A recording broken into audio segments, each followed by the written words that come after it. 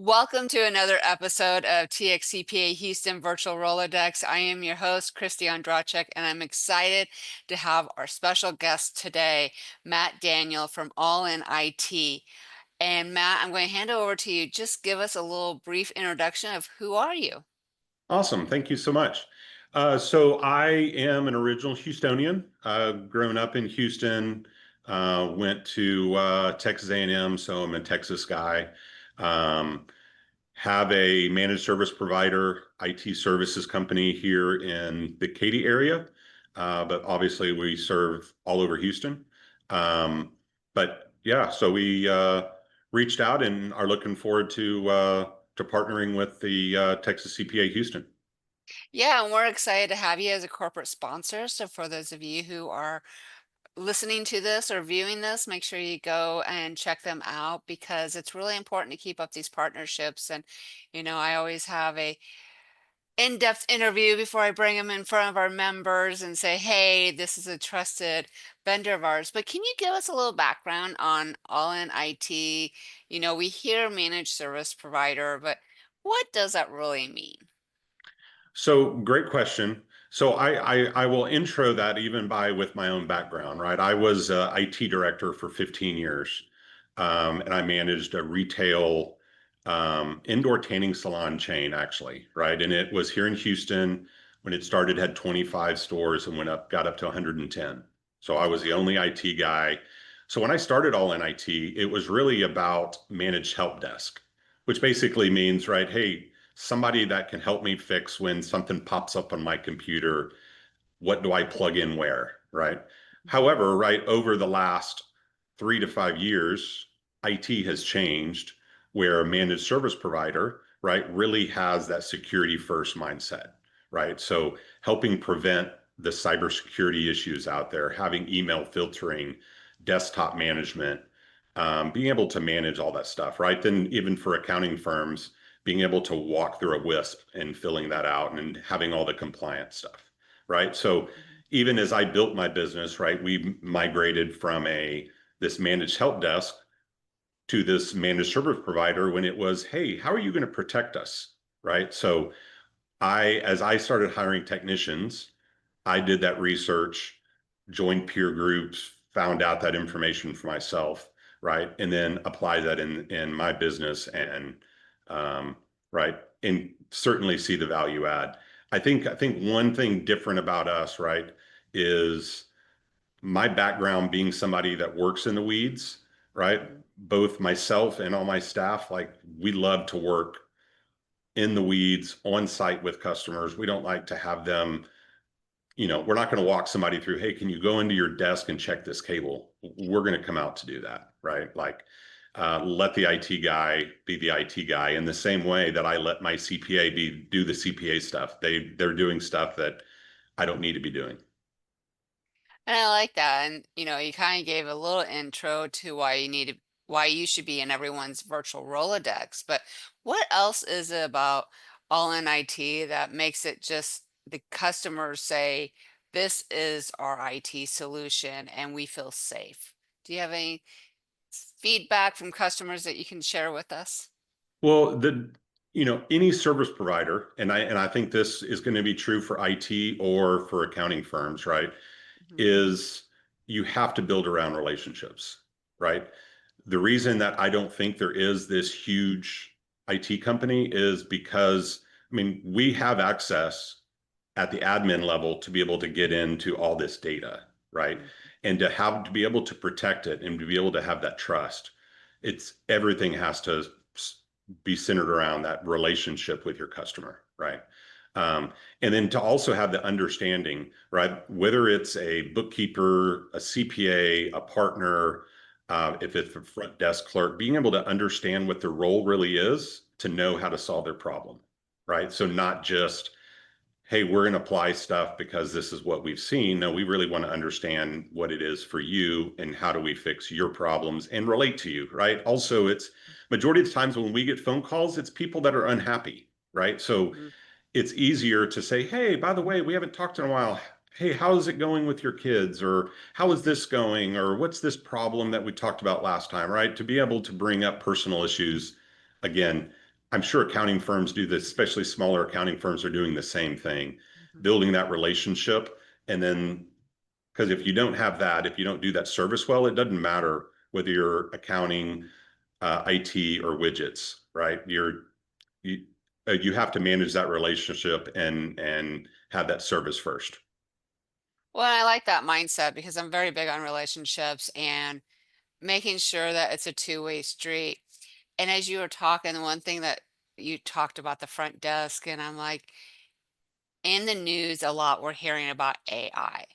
Oh yeah. And I'm just like, how is that impacting your services and cybersecurity and education to the frontline workers who are getting those emails? And, they're getting really good. The spam emails are getting really good. So good that I may have deleted one that was actually legit. Absolutely. Yeah. Well, and that's one of the biggest cybersecurity issues is the that business email compromise, right? The phishing, spam emails, and being able to know that.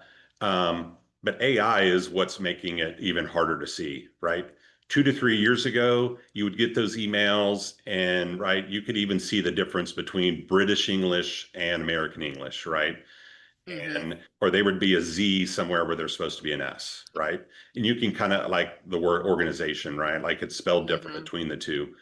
But again, AI is making those things better and better.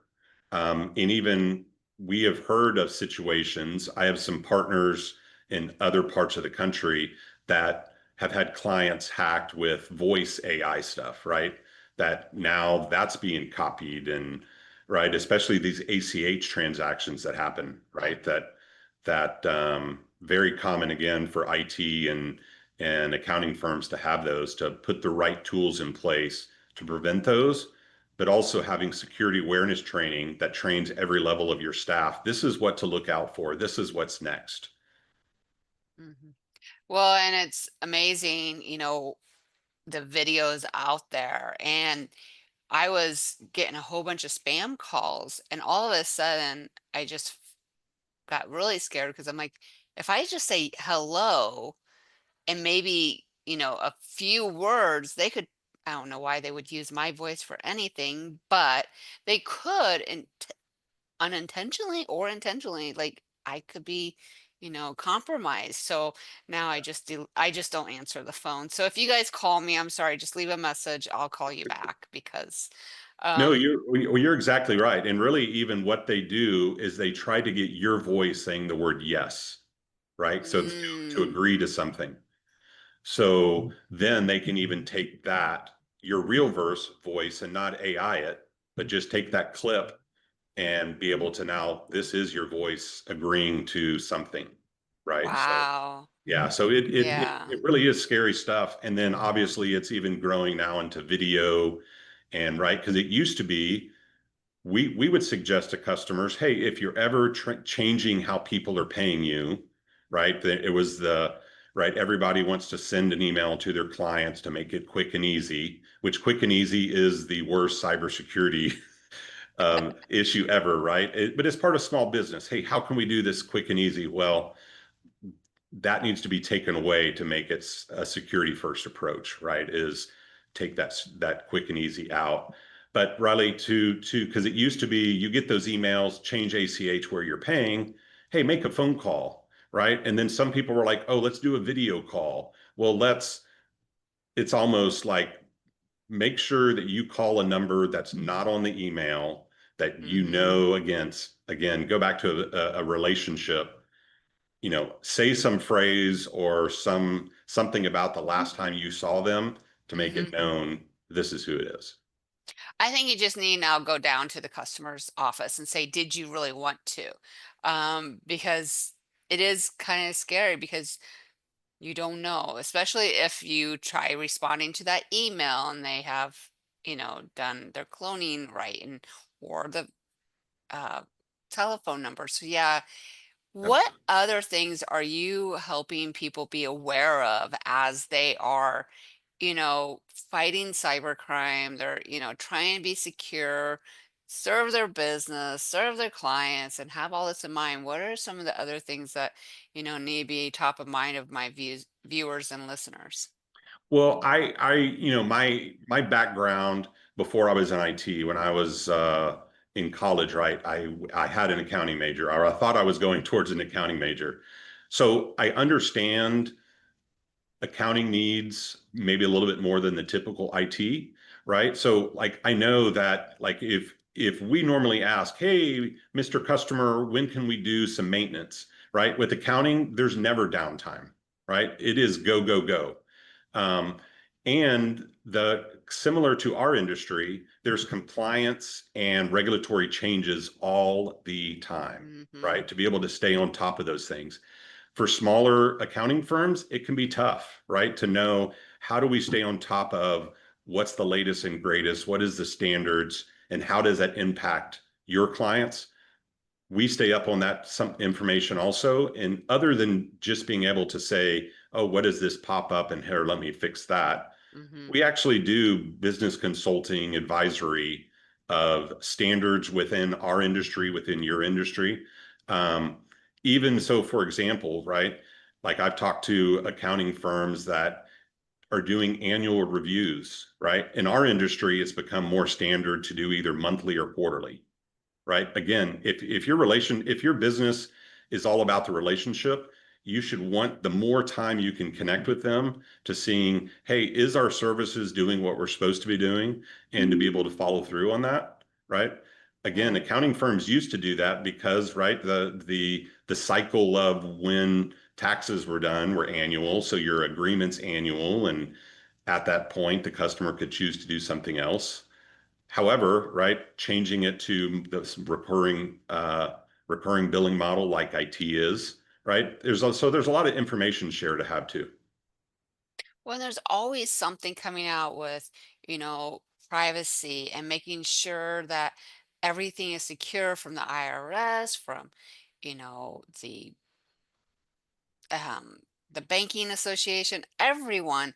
Yeah. And to keep on top of it, I always say that your business is a team of individuals. And so the IT is a very critical part to make sure that, you are secured, your client's information secured. So that is really great information. I did let our viewers and listeners know that you are a corporate sponsor. So we're really excited to have you as part of our team. And what are some of the things you're excited about this partnership? I'm just excited to meet more people here in Houston, right, across the Houston area. Again, learning from each other. I mean, our businesses align with we're service providers, we're providing a service, um, right? The CIO, CPA roles are similar to the services we're providing to customers. It's that advisement, the constant changes of compliance and things like that in our industries to be able to educate on. So I love the discussions even as a business level. Um, for all in IT, we are also an EOS company, right? So finding other businesses that ask themselves those hard questions, even Hmm. internally, it's great to see, just how to process and go through those issues sometimes as business owners or as leaders. Again, we can learn from each other, not just how can we provide services to each other.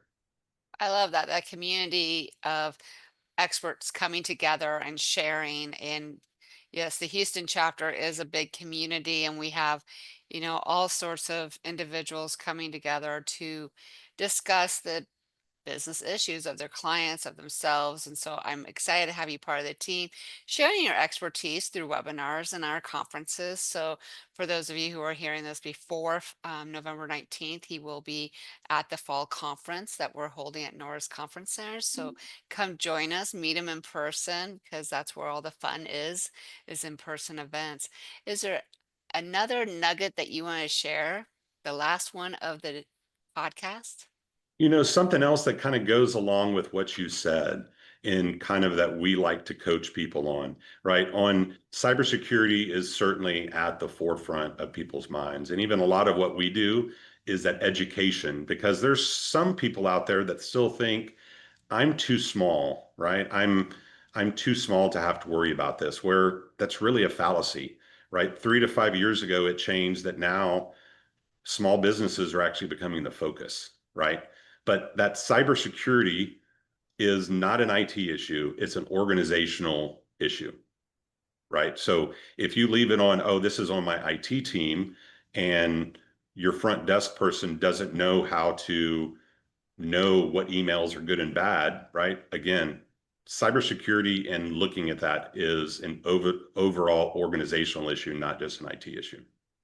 Once again, a village. It's a community within the business and your external also. And asking those questions, go ahead and pick up the phone and say, hey, this doesn't look right. Can you take a check at it?